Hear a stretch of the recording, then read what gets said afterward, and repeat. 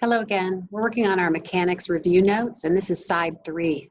It starts off with area under a force versus X graph. So you want to make that foldable fold so we can start putting information on the right. I'm going to go up to the very, very top and try to use the upper margin to put some of these in. So if you have a force versus X graph, what do you have? Well, apparently area is meaningful in some way. So think about this a little bit. What's work? Oh yeah, it's force times delta D. So that X right there is going to show displacement delta D. So if work is force times displacement, and assuming the cosine is letting us know that the force is lined up enough to cause the displacement, multiplying those two things together, like a height times a base, a length times a width, is going to give us work as the area under that graph. Now, this is possible to do geometrically if you have simple shapes. So maybe I had a constant force for a while, and then the force began to vary and it began to increase. But you could even still do shapes because you can break these apart. Remember, you need to drop a line to the horizontal axis when you're looking for areas. So I would integrate by adding area 1, area 2, and area 3 together in that situation. And I would calculate the work that was done. So I can put the cosine of theta there. But we might also have a situation like this. This piece of graph paper has a first and a fourth quadrant. So I have, again, force there and X or D or something here. And what do you think about the work done in this situation? We're going to make that a little bit longer. Can you see there was no work done? Because this area is positive, but when you add the areas together with this area that's negative, if I've got it drawn symmetrically, no work was done. 0. Okay, the areas sum to 0. Areas sum to 0. So net work is 0. Okay, what about power? Well, power is work per unit time. So work per unit time or energy per unit time, right? Because the work and energy theorem, we know those things are as equal as to each other, essentially the same. So if I write this again where I expand the work equation to force times displacement, and again, let's assume the angles are perfect so that we don't have to put the cosine in there. If I now divide by time, there we go with that other power equation. Power is equal to force times velocity. Okay, power is equal to force times velocity. That's supposed to look like a capital P, by the way. That's power. All right, energy and power. Well, work done on an object, right, is equal to that object's change in energy. And so if you look at this and rearrange these things, power times time, that's also going to give us energy. Power times time. Elastic potential energy, that's spring potential energy. So just be aware it's sometimes called elastic. And that you're familiar with, I'm sure, is 1/2 kx squared, with k being the force constant of the spring. So lowercase k is equal to the force divided by the displacement. The force per unit stretch is going to have units of newtons per meter. And this comes out of Hooke's law, which is written like this. The force created by a spring or exerted by a spring is opposite in direction to what you do to the spring, directly proportional to the force constant of the spring, the stiffness, right? Little k describes the stiffness of the spring. And that force is also directly proportional to the amount of displacement. A term you should be able to use freely here is a restoring, because that's a restoring force. That's what that negative sign means. If you pull the spring to the right, this force is going to appear, which is going to pull the spring to the left. And of course, usually we're focused not on the spring itself, but on the mass that's attached to the spring. What if you had a mass suspended from a spring? Well, would this throw you or would this be okay? What does that mean? How about that? Well, there's my force, it's weight, right? And there's my displacement, it's vertical. So it might be written weirdly, but you can also do vertical springs. Now, conservation of mechanical energy. The idea here, remember, is that energy does not get created or destroyed. So energy can change forms. I'll go up a little bit to make more room later. Energy changes form, but the sum total of all the energy in your system is constant when you have a closed system. So nothing's coming in from the outside. It's not suddenly being hit by an asteroid in the middle of your lab experiment, okay? More seriously, we have no work being done on the system, no energies coming in from outside of it. Momentum is lowercase p, and it is mass times velocity.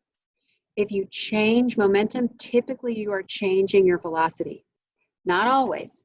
Some examples where an object changes its mass could be a dump truck that suddenly is filled, or a little red wagon left out by some little kid overnight and it gets rained on. So the mass can change as something fills like that. But typically if it's an object moving around like a football player or maybe a pool ball on a pool table, it's their velocities that are changing. Now, if you go through some derivations here, that change in momentum is equal to force times time. That's called impulse, and that's important. So force times time is equal to change in momentum. Now, when something changes its momentum, it doesn't necessarily matter how it changes. Let's suppose we throw an egg at a brick wall. It's a really fast change, right? It goes from lots of momentum to zero. But let's suppose next we throw an egg at a cushioned wall, a super cushioned wall, so soft that the egg can't break. It still loses all of its momentum. It goes from having some to having zero. So in both cases, no matter what kind of wall it hit, this right-hand side expression for change in momentum is numerically the same, which means the product of force and time is also the same. So if this can't change, that product force time can't change for that egg coming to a stop, then anything you do to increase the time of collision will decrease the force. This is why we have airbags. This is why pillow fights are more fun than baseball bat fights. This is why boxing gloves have little pillows on the end of them. Excuse me. This is why our running shoes are cushy. They squish for a while. All those things increase the time of collision and therefore decrease the force on the object. Let's see. Also along the way to that derivation, change in momentum is equal to mat, right? Because change in velocity is acceleration times time. All right. We need to get to conservation of momentum, and we need to get to all the forms of it. Okay, so force and momentum we just got. So conservation of momentum. First of all, momentum is conserved in a closed system, right? So if you have a collision where one object has its momentum and it collides into another object with its momentum, it might be m1v1 plus m2v2 is how you sum all the momentum in the system before the event, before the collision. And then afterward, the objects can change their velocities, have individual changes in momentum, but the total must still be present. If those two things bounce apart, and if kinetic energy is conserved, okay, that could be elastic collision. Well, if kinetic energy is conserved, that would be elastic collision. Elastic if and only if kinetic energy is conserved. Just K is the abbreviation for kinetic energy, but I'm putting E there, so we have a handwriting issue, you know it's not like the spring constant or something. So what you would do is you would add up the kinetic energy for this and the kinetic energy for that. So I could write the sum of the kinetic energies before or originally. And then you would get the kinetic energy for this and the kinetic energy for that. We'll put a question mark over the equal sign because we don't know how they add up. And we ask ourselves, how do those kinetic energies compare? And this is a question you might be asked to do. And so you be reasoning out and explaining that you're adding together the kinetic energy of every object before the collision and comparing it to the kinetic energy added together for every other object, for every object, excuse me, I'm tongue-tied today, after the collision. And if they're the same, it's elastic. If they're not, it's inelastic. Inelastic collision. So inelastic collision is defined by kinetic energy is not conserved. Now, there's another symptom of it. It's not proof. It's not what you use to justify it. But if these two objects hit and then they stick together afterwards, or they change their shape, or there's a lot of heat and smoke or light or anything else, that's a good symptom that kinetic energy is not conserved because the kinetic energy had to be turned into something else, light, heat, smoke, melting things. Okay? So this was kinetic energy of motion. So if other forms of energy appear, it probably came from the energy of motion. All right, let's take a look at area underneath a force versus time graph. By the way, that's force versus X, force versus displacement. So we've got another really important type of graph here to look at. This would have been a major lab if we'd been in class and able to do that this year that I would really have liked to do. So the force is on the vertical axis, the time is on the horizontal axis, and this is typically what we see for a collision. So two bumpers of two cars start to collide with each other, right? Just the bumpers are touching, and the cars continue to crash together. The force spikes, grows bigger and bigger, and then it comes down on the other side as they bounce apart or come to a stop pushing on each other so much. Remember, it's magnitude we care about, so we don't really worry about which direction it's going in. That's just an indication of your force sensor, probably, how your force sensor is set. But we tend to see kind of a bell-shaped curve or a big spike in the middle with tail offs on the end. What does that mean? Well, take a look at what just we wrote up here about impulse. Here it is, force times time. Because, I mean, just suppose that's a triangle or a rectangle or something. You would be measuring the height times the base in some way. That'd be the force times time. So this is impulse. The area under the curve is impulse. Force times time, that product. In other words, that area is equal to change in momentum. Okay, super important graphs. It is abbreviated with a capital J, impulses. I don't know why it's not more common in high school textbooks, but capital J is impulse if you want it. It doesn't appear, though, as J on the AP equation sheet. Okay, kinetic energy of a spring, more graphs. Well, let's see. A spring oscillates. Let's say we have a horizontal spring on a table, and so it's going back and forth between negative x max and positive x max. What's kinetic energy like at those positions? 0, because it goes to the left and then it stops. And then it goes to the right and then it stops. But as it oscillates, it moves through the central position. And when it hits that central position, remember, that's where it's got its maximum kinetic energy because it has 0 potential energy at that spot. 0 potential energy because it's not stretched and it's not compressed. So a kinetic energy graph looks like this. Mine is kind of short because I'm trying to save room.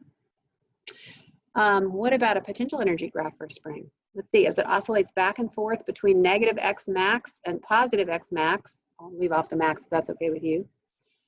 What's that like? Let's see. It moves over until it's completely squished or compressed and it stops moving, which means it has no kinetic energy. All the energy is going to have to be in the form of potential energy. And that makes sense because that's 1/2 kx squared. There's a whole bunch of x compression right there. And then if it goes out the other way and it stretches over here, it's changed its length dramatically again and it comes to a stop. What's it like in the middle? Well, as it zooms through the middle, the spring is not stretched or compressed. And so the potential energy right there is 0. So we see this pattern for the for the spring potential energy of our graph. Okay? So if you add those two things together, they should add up everywhere so that you have a constant amount of energy. Right? Because energy can change forms, but the total amount of energy in a closed system remains the same. Okay, centripetal acceleration and period and frequency tell us we're getting into ideas that have to do with circular motion. So let's see, maybe I'll put centripetal acceleration up here because I see a space.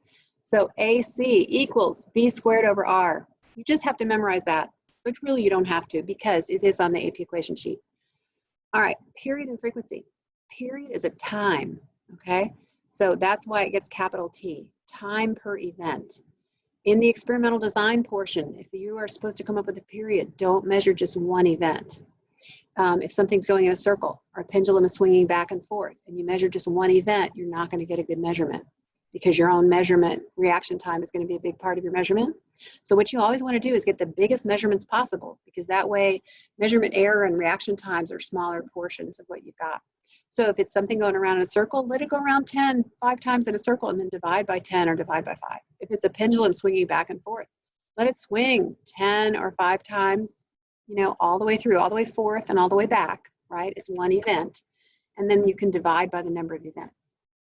Now, period is equal to the inverse of frequency, right? They are inverses of each other because frequency is the number of events per unit time. Like how many cartwheels can you turn per minute? Okay, that's frequency. What do we have next? Velocity in a circle. All right, if you have velocity in a circle, the distance is circumference, which is 2 pi r or pi times diameter. And the time that matches that is 1 period. So that's velocity going around once. We have centripetal acceleration formula and it says other. Well, that idea is take this one and put it into that one. Remember doing that? So if we square this formula right here, it becomes the numerator in the acceleration formula. So I'm going to go AC equals, we're going to square everything. 2 squared is 4. Pi squared is pi squared.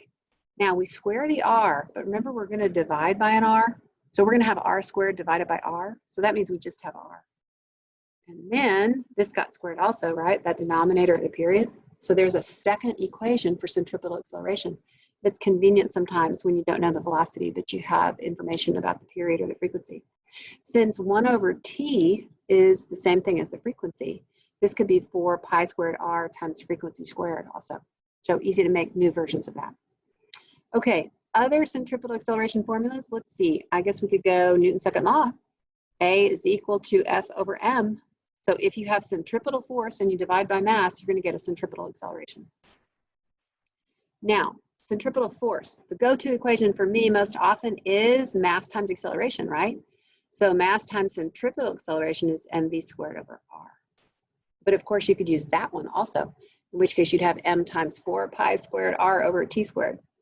So that's our centripetal force. Now, centripetal force is always the net force. It's not a single force that you draw as a vector on a free body diagram. Always the net force. In other words, all the forces that are present have to add up. Oh, sorry, lost my light sensor here. All the forces that are present have to add up to mv squared over r. So Fc right here, centripetal force, is always the net force. Okay, so top and bottom of the loop, let's take a look at that. Let's start off with a Ferris wheel. So if you can picture a classic Ferris wheel, you're sitting in a bucket, you're sitting on a bench seat, and you stay upright the whole time.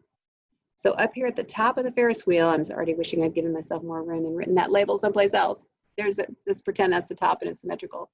You have a normal force up because the seat is lifting you, and you have a weight force down. Make that one a little shorter so we can fit more notes in. So what does the net force story look like? Sum of all forces equals, the normal up is negative because towards the center of a circle is always what you want for positive. So toward the center of the circle is positive. And when you substitute in for net force here, because the thing is traveling in a circle, it's going to be mv squared over r. Here's that negative normal force again, plus mg. So toward the center of the circle is positive.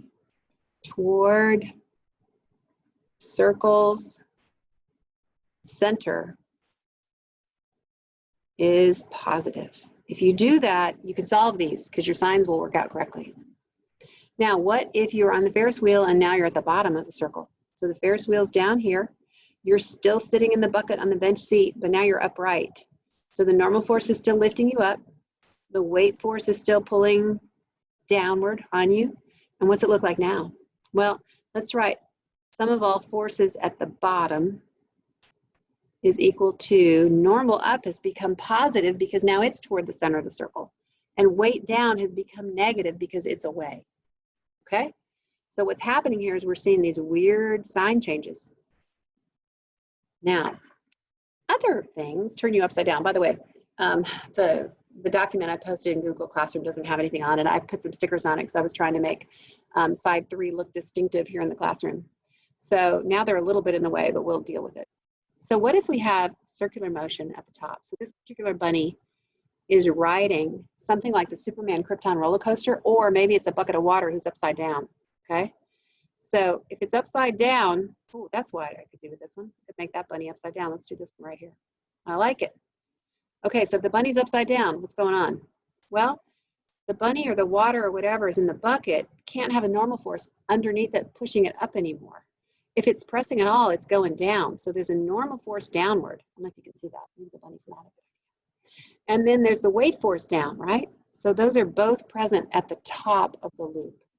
So when you take a look at the centripetal force, you've got the sum of all forces, or mv squared over r, is equal to the normal's positive and the weight is positive, both downward like that.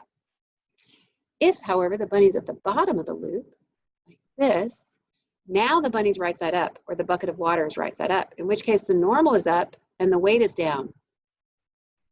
Okay, and here the equation would be the sum of all forces at the bottom equals a positive normal and a negative weight. So it's the signs that keep changing on us. Now there's another concept, and that is critical velocity or minimum velocity at the top. Minimum critical velocity. If you are weightless, it means the normal force is gone. So let's just write that down. Weightless, feeling weightless, Put that in quotation marks because there's not really weightless, is there? Planet's always pulling on you. Weightless means that you can't feel any normal force. The normal force is 0. Okay, so the walls and the floor are sort of falling away from you and out from underneath your feet. And in that situation, right here, if the normal force goes to 0, what's providing the centripetal force? Because remember, that centripetal force right there, that's mv squared over r. So this is mv squared over r2. So the thing that's providing the centripetal force, if the normal force is gone, has to be the weight. There isn't anything else. Centripetal force requires that a force point inward toward the center of the circle. And that's the only one that can do it if you're at critical velocity. And so what happens if you set mv squared over r equal to mg is that you get a critical velocity equal to the square root of grr, right? Because the masses cancel out. So that's how you find the minimum speed at which you can make the circle. If you don't have that minimum speed, you don't make the circle. The object would go into straight line motion and essentially fall away. All right, wow, you've done a lot. That's now side 3, okay? Study these things, use them to help you as you advance towards May 5th, and use them also to help solve problems and other things we need to do. We'll see you later. Bye-bye.